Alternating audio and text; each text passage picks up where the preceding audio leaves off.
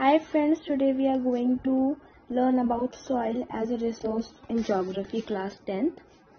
We have various types of soils. We have soils based on its characteristics, chemical and physical features, and also on the size.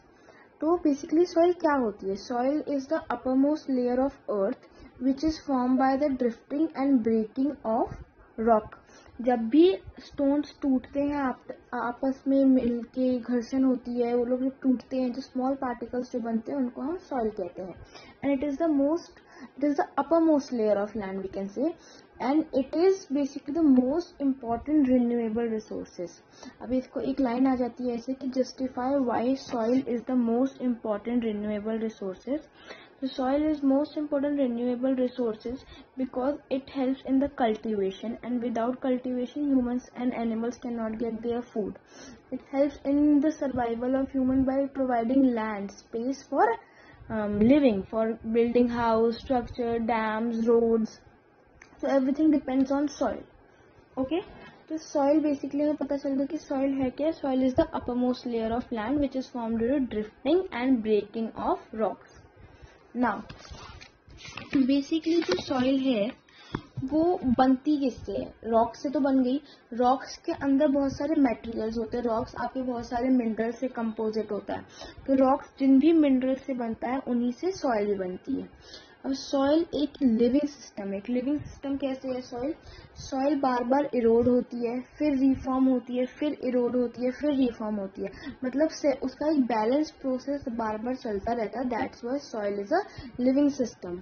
अब soil किस पर depend करती है? What are the factors of soil basically?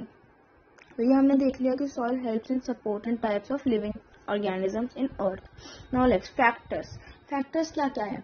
तो यहाँ पे कुछ factors हैं, हम कुछ और फैक्टर्स भी है. सबसे पहले जो बेसिक फैक्टर्स ये होंगे, क्लाइमेटिक कंडीशन उसके पास क्या है, पेरेंट रॉक उसका कैसा है. पेरेंट रॉक मतलब वो रॉक जिससे टूट के वो सॉइल बनी है, तो उसका रिलीफ क्या है. रिलीफ मतलब उसका लैंडस्केप, मतलब किस एल्टीट्यूड पर है, कहाँ पर है, प्लेन्स पर है, माउंटेन्स पर है.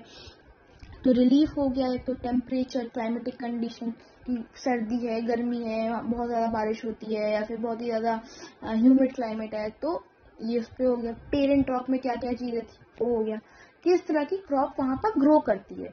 जैसे कि अगर हम पंजाब वगैरह की सॉइल देखेंगे तो उसमें फर्टिलाइजर्स और ये सब इनऑर्गेनिक मिनरल आपको ज़्यादा मिलेगा. क्यों? क्योंकि वहाँ पे क्रॉप ऐसी ग्रो होती है जिसमें फर्टिलाइजर ज़्यादा यूज़ करते हैं, तो हमारे पास सॉइल में भी ज़्यादा फर्टिलाइजर के अमाउंट मिलते हैं. अब कुछ नेचुरल एजेंट्स भी है, जैसे कि विंड हो गया. अगर विंड बहुत ज़्यादा एक जगह पे, मतलब बहुत ज़्यादा विंडी जगह है, मतलब सी शोर के पास है, तो आप देखोगे फ्रीक्वेंट इरोजन हो गई वहाँ पे, उस तरह की सॉइल पाई जाएगी. और कहीं पे वाटर सोर्सेज बहुत ज़्यादा है, तो वहाँ पे वाटर से किस तरह की सॉइल, मतलब बहुत ज़्यादा आपको स्टिकी सॉइल मिल सकती है. वहाँ पे वाटर होल्डिंग कैपेसिटी सॉइल की ज़्यादा हो सकती है. ठीक है ना. तो वेरियस. अब डीकम्पोजर्स का इसमें क्या काम है? देखो, डीकम्पोजर्स का ये काम है, जहाँ पे भी ज़्यादा हम देखते हैं earthworms are the best friends of farmers. क्यों? क्योंकि वो लोग ऐसे मिनरल सिक्रीट करते हैं सॉइल में which helps to retain its fertility. बहुत बार पर्कुलेशन, एरिएशन के लिए भी काम करते हैं, पर्कुलेशन ऑफ वाटर के लिए भी काम करते हैं. और ह्यूमस कंटेंट कितना, ह्यूमस कंटेंट फिर आपके क्रॉप्स पे भी डिपेंड करता है कि जहाँ पर ज़्यादा क्रॉप्स उगेंगी ऑब्वियसली हमें पत्ते वत्ते ज़्यादा गिरेंगे, ज़्यादा डेड ह्यूमस कंटेंट उसका बढ़ेगा. तो these are the factors contributing to the soil formation. Now next, classification of soil in India. So soil किस पर बेस्ड है? मतलब बेस्ड तो चलो हमने देख लिया, अब कैसे कैसे डिवाइडेड है, इतने सारे हमने क्राइटेरियाज बताए. अब ये डिवाइडेड कैसे है? तो पहले हमारे पास alluvial soil, black soil, red and yellow soil, laterite soil, arid soil and forest soil. तो हम लोग फर्स्ट एलुवियल सॉइल से स्टार्ट करते हैं.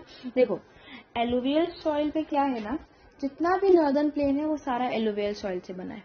ये हमने पिछली बार क्लास 9th में चैप्टर था, रिवर्स का चैप्टर हमने देखा था. वहां पे हमने क्या देखा था कि हिमालयन रिवर कितना, रिवर सिस्टम इन इंडिया वाला चैप्टर था. तो ये जो एलुवियल सॉइल है ये हिमालयन रिवर सिस्टम से बनी है, मतलब इंडस, गंगा एंड ब्रह्मपुत्र से बनी है ये एलुवियल सॉइल. और ये कहाँ कहाँ तक फैली हुई है? ये पूरे नॉर्थ इंडिया में है.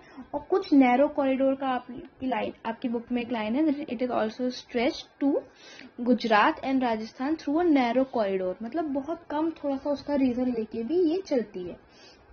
अब ये क्या है, मतलब alluvial soil is very fertile, means इसको हम क्यों बोलते हैं northern plains are highly populated, because यहाँ पे एलुवियल सॉइल है, और एलुवियल सॉइल जो है वो बहुत ज़्यादा कल्टीवेशन में हेल्प करती है।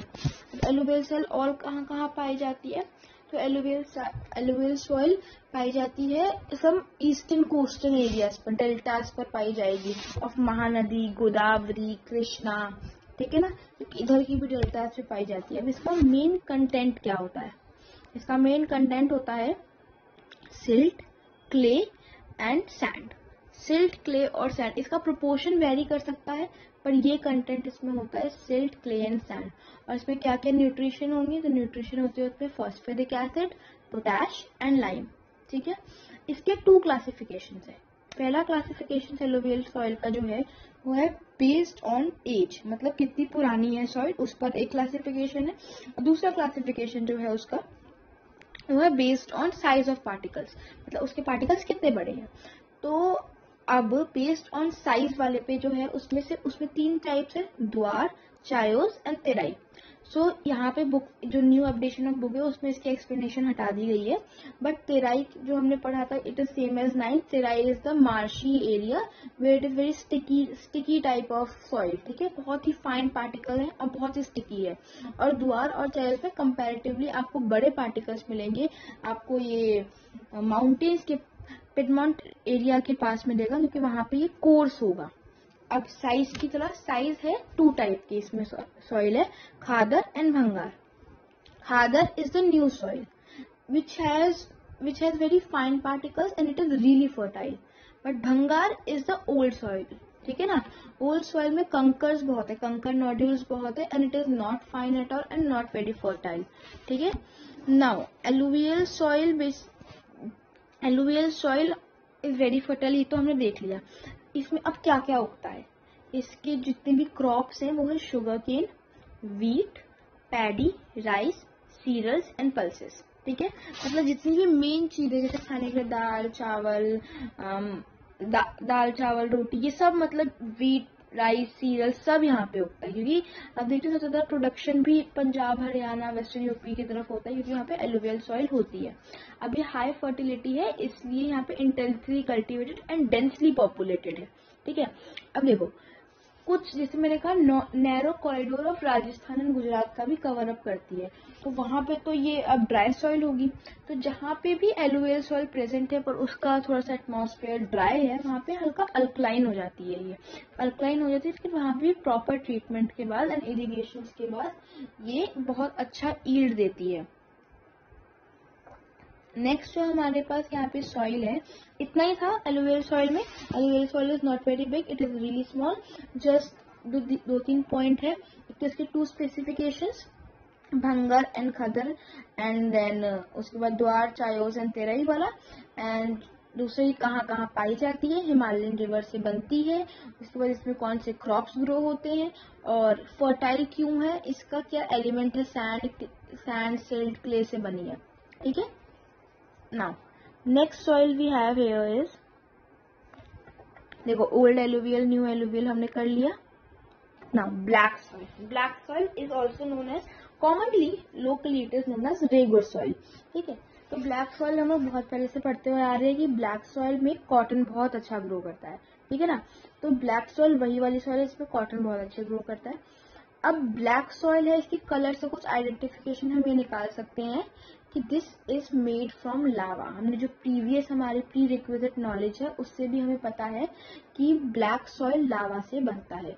अब लावा को यहाँ पे एक अलग नेम दिया गया है, जो एरिया है डेक्कन प्लेट्यू का जहाँ पे लावा बहुत ज्यादा है उसको बोला गया है बेसाल्ट रीजन, ठीक है ना। तो ये जो सॉइल है ये बेसिकली लावा से बनी है, हार्डनिंग ऑफ लावा से, और ये डेक्कन ट्रैप में पाई जाती है और इट्स नोन एज बेसाल्ट। अब इसकी प्रॉपर्टीज बेसिकली किस पे डिपेंड करती है, एक तो पेरेंट रॉक मतलब लावा पर, और एक क्लाइमेटिक कंडीशन मतलब जहाँ पे बहुत ज्यादा गर्मी होगी वहाँ पे बहुत जल्दी हार्ड होगा, बहुत हार्ड सॉइल होगी, ठीक है ना। अब ये स्पेसिफिकली कहाँ है, अब जैसे डेक्कन ट्रैप में तो है, पर स्पेसिफिकली है कहाँ, डेक्कन ट्रैप ये है cover the plateau area of Maharashtra, Saurashtra, Malwa, Madhya Pradesh, Chhattisgarh, and it extends to southeast area, southeast direction along Godavari and Krishna. मतलब गोदावरी और कृष्णा जहाँ जहाँ बहती है वहाँ वहाँ ब्लैक सॉइल आपको मिल जाएगी, और वॉल्केनिक रॉक भी इसको कहते हैं, ठीक है ना। नाउ ये बहुत ज्यादा क्ले पार्टिकल से बनी है, इट इज एक्सट्रीमली क्ले, और क्ले का मतलब ये है वाटर होल्डिंग कैपेसिटी बहुत ज्यादा है इसके अंदर. It if you add even little water it would become so sticky that you will not be able to till it. तो इस पे ही हमारे पे नॉलेज है. एक क्वेश्चन आता है कि why is it important to till black soil before monsoon. तो इसमें हमें आंसर ये लिखना है कि due as black soil has high water holding capacity it becomes extremely sticky, so it is not efficient. तो efficient भी नहीं है और possible भी नहीं है उस टाइम पे उसे टिल करना, क्योंकि वो इतनी हार्ड इतनी स्टिकी हो जाएगी वाटर को होल्ड करके. इसलिए मॉनसून से पहले ही उसे टिल कर दिया जाता है. इसमें क्या क्या होती है आपके मतलब कंटेंट क्या होता है, न्यूट्रिएंट कंटेंट कैल्शियम कार्बोनेट होगा, मैग्नीशियम होगा, पोटैश होगा एंड लाइम होगा. पर इसमें एक चीज नहीं है जो कि एलुवियल सॉइल में थी, वो है फॉस्फोरिक कंटेंट. इसमें फॉस्फोरिक कंटेंट आपको नहीं मिलेगा. एक इसकी बहुत इंपॉर्टेंट प्रॉपर्टी है कि ये जब बहुत ज्यादा गर्मी होगी ना तो आप इस सॉइल में देखोगे क्रैक्स आ रहे हैं. क्रैक्स इसलिए आते हैं कि ये सॉइल एरिएशन के लिए, एयर का आना और एयर का जाना सॉइल से किसी भी चीज से एरिएशन कहलाता है. तब भी एयर आती है और जाती है, passing and going back of air is known as aeration. तो एरिएशन के लिए ये अपने अंदर खुद से क्रैक्स डेवलप कर देती है, which is the property of this soil. Now ये सॉइल भी हमारी खत्म हो गई. देखो उड़ीसा, ये वही सारी प्रॉपर्टीज हो गई. एंड नाउ ये देखो ये प्रॉपर्टीज हो गई, स्प्रेड ऑफ इंडिया हो गया. Now this is a new soil, red and yellow soil. ठीक है. अब रेड एंड येलो सॉइल का जो बेसिक प्रॉपर्टी तो यही है कि वो रेड होती है और एक बार येलो होती है. पर क्यों होती है रेड ये सॉइल? इसलिए होती है क्योंकि इसके अंदर आयरन का डिफ्यूजन होता है. आयरन कंटेंट बहुत ज्यादा होता है इसके अंदर. और किस रॉक से बनी होती है? क्रिस्टलाइन एंड मेटामॉर्फिक रॉक्स के अंदर जब आयरन का कंटेंट आ जाता है तब रेड सॉइल बनती है. और जब वही सॉइल हाइड्रेटेड फॉर्म में होती है तब येलो सॉइल बनती है. ठीक है. नाउ ये आपको कहाँ मिलेगा? Eastern and southern part of Deccan plateau. जो डेक्कन प्लेट्यू है उसका ईस्ट एंड सदर्न पार्ट पे ये मिलती है और ये लो रेनफॉल वाली एरियाज पर पाई जाती है. ठीक है. और मतलब अब स्पेसिफिकली हम जान लेते हैं कहाँ का है. एक तो है Orissa, Chhattisgarh, southern part of middle Ganga plain. Middle Ganga का जो प्लेन है उसके जो सदर्न मोस्ट पार्ट पर है वहां पाई जाएगी. और some coast piedmont area of western Ghats. ठीक है. इन जगहों पे पाई जाती है. अब हाइड्रेटेड फॉर्म में येलो रहती है और विदाउट हाइड्रेटेड ये रेड रहती है. रेड का रीजन है क्योंकि diffusion of iron in crystalline and metamorphic rocks. और इसमें क्या क्रॉप्स होती है ये हमें स्पेसिफिकली मेंशन नहीं है तो हम भी उसे मेंशन नहीं करेंगे. ठीक है. Now laterite soil. एक एक पेजेस की सॉइल है, बहुत मतलब एक स्लाइड की सॉइल है. आपके तो बुक में और भी छोटी सॉइल्स है. तो लेटराइट सॉइल क्या है? This is the laterite. Basically it is a Latin word which is later is the Latin word which means brick. ठीक है ना. तो ये वहां से अडॉप्ट किया गया है इंग्लिश में. और इसमें क्या है, लेटराइट सॉइल जो है वो tropical and subtropical region में पाई जाती है with wet and dry spell. Wet and dry spell हमने पिछली बार पढ़ा था क्लाइमेट चैप्टर में, वेट 9th में. वेट एंड ड्राई स्पेल क्या होता है? When rain is in particular area, मतलब ए एंड बी कोई एरिया है तो अगर ए में रेन है तो बी में उस वक्त ड्राई सीजन है बिल्कुल, और फिर बी में रेन होगी तो ए में ड्राई सीजन है. बिकॉज रेन तो वेरी करती है with wet and dry spell. तो ये वही है कि ये tropical and subtropical region में पाई जाती है और वेट एंड ड्राई स्पेल्स के साथ पाई जाती है. ठीक है ना. अब इसमें एक इसकी जो प्रॉपर्टी जो नहीं बोलेंगे, इसका जो मतलब कंडीशन है वो ये है कि इसमें इंटेंस लीचिंग होती है. लीचिंग का मतलब होता है बार बार पानी जब इस पे पड़ता है तो इसका जो कंटेंट है वॉश अवे हो जाता है, जिससे ये डीप हो जाती है, बहुत ज्यादा होल्ड हो जाती है. इसलिए उसे कहते हैं लीचिंग. और ये एसिडिक होती है. ठीक है. एसिडिक इसका पीएच जो होता है वो 6 से कम होता है. ये प्लांट्स के न्यूट्रिशन में रिच नहीं होती है. ठीक है ना. प्लांट्स इसमें बहुत अच्छे से ग्रो नहीं कर पाते हैं. लेकिन हाँ ये फॉरेस्ट सपोर्ट करती है. Forest, deciduous and evergreen forest. कहाँ सपोर्ट करती है? यहाँ सपोर्ट करेगी महाराष्ट्र में, छत्तीसगढ़ में, West Bengal and eastern part, north eastern parts, north eastern basically जो साइड अरुणाचल प्रदेश वगैरह का साइड है वहां पर ये एवरग्रीन और डेसिडियस फॉरेस्ट, वहां पर ये ह्यूमस रिच होगी। ऑब्वियसली जब वहां पे फॉरेस्ट है तो वहां से ह्यूमन कंटेंट इसके अंदर एड ऑन होता है, ठीक है ना। अब कुछ ऐसी जगह जहाँ पे कुछ मतलब जैसे प्रॉपर कल्टीवेशन तो नहीं कर सकती पर कुछ कुछ cash crops we can grow, तो कर्नाटका और केरला, तमिलनाडु यहाँ पे कॉफी के लिए बहुत हेल्प करती है। और रेड लेटराइट सॉइल एक होती है, दिस इज द स्पेसिफिकेशन, यहाँ पे नोट करता हूँ कि रेड लेटराइट सॉइल जो होती है वो तमिलनाडु में पाई जाती है। और यही रेड लेटराइट सॉइल तमिलनाडु की और आंध्र प्रदेश और तमिलनाडु में यहाँ पर आंध्र प्रदेश, तमिलनाडु और केरला में कैश्यू ग्रो होता है और तमिलनाडु में रेड लेटराइट सॉइल में ग्रो होता है कैश्यू, ठीक है। इसी के साथ हमारा ये लेटराइट सॉइल भी खत्म होती है ना। एरिड सॉइल क्या है? एरिड कैसे हम बोलते हैं ना, एरिड रीजन है, मतलब वहाँ पे बहुत ज्यादा कल्टीवेशन सपोर्टिंग रीजन नहीं है। तो अब गेसिंग से ही पता चल जाएगा कि एरिड लैंड हमारा राजस्थान एंड गुजरात साइड में है, तो वहाँ पे जो सॉइल होगी उसको एरिड सॉइल बोलेंगे। अब अगर वहाँ पे एरिड सॉइल है तो उसका टेक्सचर कैसा होगा? सैंडी होगा ऑब्वियसली। और इसमें जो एक चीज याद करने की है वो नेचर में स्लाइन होती है। स्लाइन मतलब सॉल्ट कंटेंट बहुत ज्यादा होता है उसके अंदर, इतना ज्यादा होता है कि अगर उसका थोड़ा बहुत जो पानी उसके अंदर है वो इवेपोरेट कर देते हैं तो कॉमन सॉल्ट वहां से ऑब्टेन होना शुरू हो जाता है, ठीक है ना। अब इसमें एक चीज है, ये हमें पता है कि ये नहीं करती है कल्टीवेशन सपोर्ट, पर क्यों नहीं करती है? क्योंकि इसका जो लोअर हॉरिजन होता है वहां पर कंकर बहुत ज्यादा होता है, कंकर नोड्यूल्स बहुत ज्यादा होते हैं। कंकर नोड्यूल्स की वजह से इसके अंदर कैल्शियम का जो कंटेंट है वो बहुत बढ़ जाता है। और जब आप पानी देखो, पानी जब सीप करता है सॉइल के अंदर तो it needs a uniform layer. अब कंकर इतने ज्यादा है कि यहाँ पे वाटर जो है वो सीप डाउन नहीं कर पाता है, जिससे this lakhs in humus and lakhs in water content moisture, ठीक है। अब ये कहाँ कहाँ पाई जाएगी? ये कहाँ कहाँ पाई जाएगी? राजस्थान एंड गुजरात और वेस्टर्न पार्ट पे ज्यादा पाई जाती है, अरावली हिल्स के दूसरी तरफ, ठीक है ना। फॉरेस्ट सॉइल पे आ जाते हैं। फॉरेस्ट सॉइल क्या है? फॉरेस्ट नाम है, फॉरेस्ट सबसे ज्यादा कहाँ होते हैं? हिल्स पर। तो ये बेसिकली हिली रीजन्स पे पाई जाती है, माउंटेनियस रीजन्स पे पाई जाती है, और ऐसे माउंटेन्स पर जहाँ पर रेन फॉरेस्ट अवेलेबल हो, ताकि इसको भी तो रेन मिले। ये कैसे रहेगी यहाँ पे सॉइल पे? तो ये हार्ड रॉकी बन जाएगी, ठीक है ना। तो रेन फॉरेस्ट यहाँ पर अवेलेबल होता है जिन हिली माउंटेनियस एरिया पे, वहां पर ये सॉइल होती है। इसके भी आप देखो दो टाइप तो मतलब मेंशन नहीं है, पर टेक्सचर इसका जो है जब ये स्लोप्स पर होगी तब बहुत कोर्स होगी, ठीक है ना।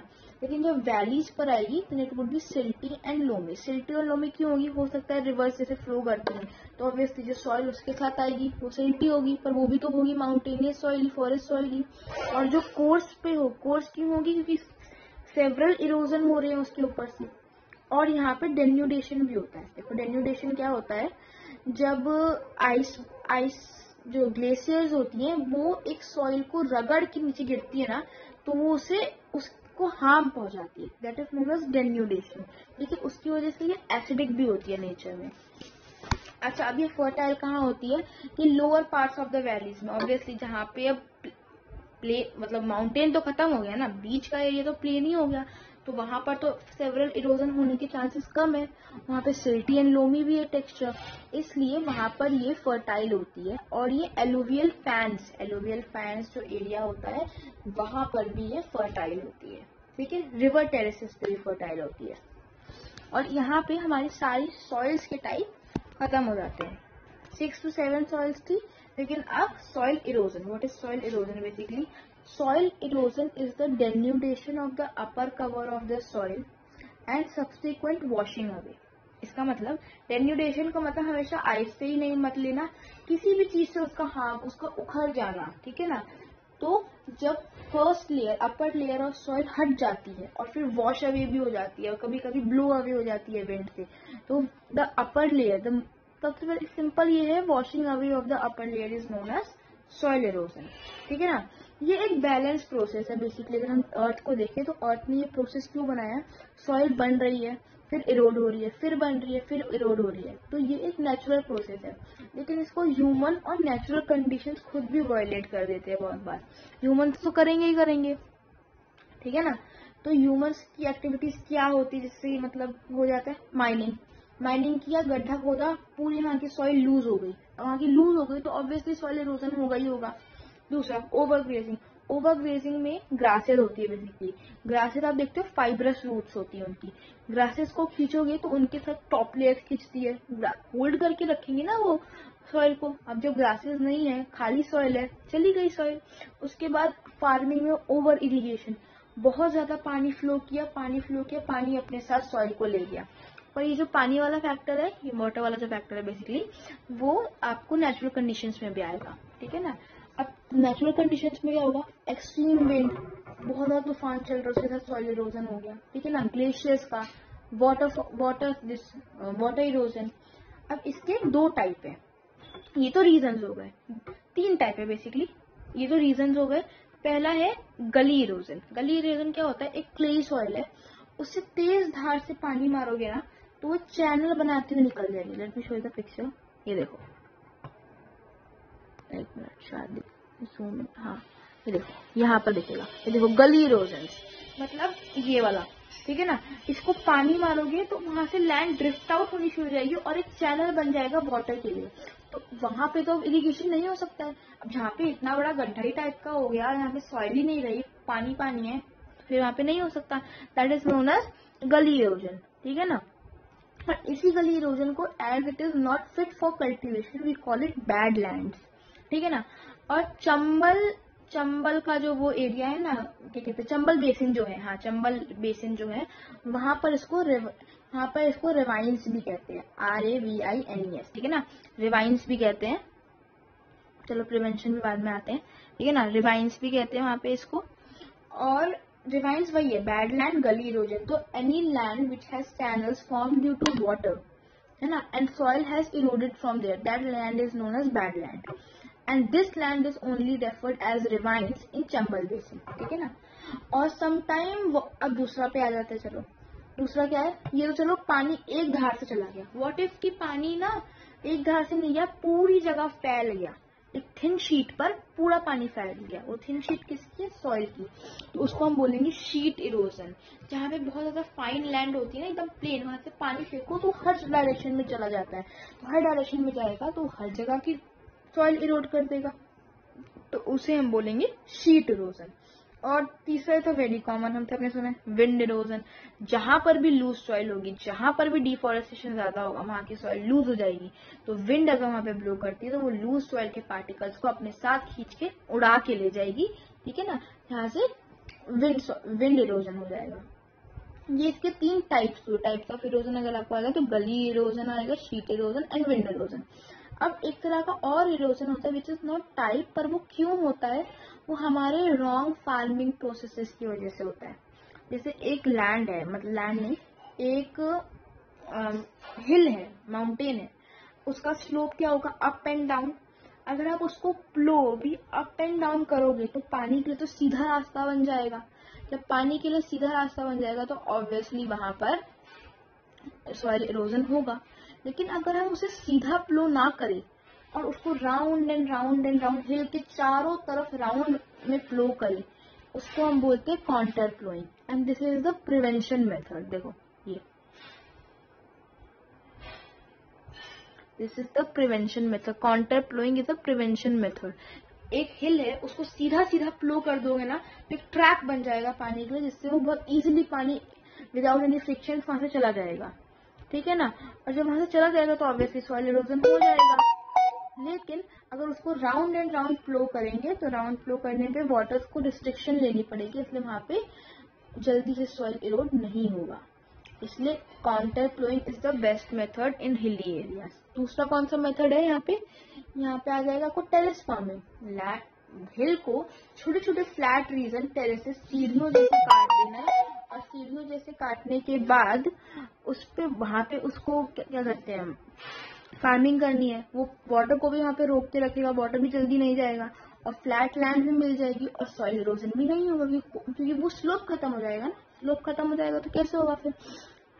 उसके बाद स्ट्रिप फार्मिंग। स्ट्रिप फार्मिंग क्या होती है, अपने लैंड को आपने डिवाइड कर दिया, एक तरफ आपने अपना वो क्रॉप लगाया जैसे आपको काटने, जो आपका यूजफुल क्रॉप है, जैसे मान लो आपने बारले मेज कुछ लगाया, साइड में आपने ग्रासेस की लैंड लगा दी, ग्रासेस का एक स्ट्रिप बनाते चले गए।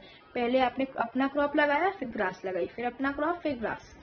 इसको कहते हैं स्ट्रिप फार्मिंग। और क्यों करते हैं ये ना, एयर के फ्लो को रिस्ट्रिक्ट करता है। पहले एयर को बड़े वाले, ऑब्वियसली ग्रास और मेज जो होंगे वो ग्रास से, सॉरी मेज और बारले जो होंगे वो ग्रास से तो बड़े ही होंगे, तो पहले एयर जो है वो बड़े वाले पे स्ट्राइक करेगी, फिर छोटे पे स्ट्राइक करेगी, तो उसका फ्लो जो होता है वो कम हो जाता है, जिससे कि विंड इरोजन की पॉसिबिलिटीज कम हो जाती है। दूसरा हमारे पास यहाँ पे एक होता है शेल्टर बेल्ट।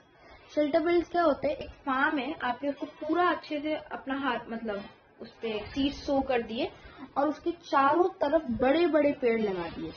तो बड़े बड़े पेड़ उसको बैरियर्स की तरह काम करते हैं एयर के अगेंस्ट, ठीक है। और यहाँ पे जो दूसरा आपका है, ये आपका एक और है यहाँ पर प्रॉपर इरिगेशन टेक्निक्स, तो आप कर ही सकते हो, उसकी कोई दिक्कत नहीं है। इसमें आप वो कर stabilization of sand dunes. Stabilization of sand dunes क्या होता है, मतलब जो रेत का आप क्या देखते हो, रेत उड़ती है और उड़ के दूसरा एरिया भी कवर कर लेती है, पर ऐसे तो वो दूसरे सॉइल्स को भी नुकसान पहुंचाएगी। इसलिए जहाँ पे भी सैंड ड्यून्स बनते हैं वहां पर हमें कोई ना कोई थॉर्नी क्रॉप वगैरह ग्रो कर देना चाहिए, जिससे कि वहां की डेजर्ट को कोई होल्ड कर सके और वो उड़ के दूसरी जगह को भी डेजर्ट ना बनाए। उसको बोलते हैं स्टेबलाइजेशन ऑफ सैंड ड्यून्स। तो ये आपके सारे methods with all the soils खत्म हो गए। एक पॉइंट इसमें जो मैं ऐड करना चाहूंगी वो ये कि टेरेस फार्मिंग कहाँ पर ज्यादा अच्छा, मतलब हम एग्जांपल दे सकते हैं कि टेरेस फार्मिंग कहाँ पे वेल डेवलप्ड है, तो वो है western and central Himalayas. Western और सेंट्रल हिमालयाज पर टेरेस फार्मिंग इज बेस्ट, ठीक है ना। तो यहाँ पे हमारा ये पार्ट खत्म होता है इस चैप्टर का। Thank you all for watching my videos. Kindly like it, share and subscribe. Bye.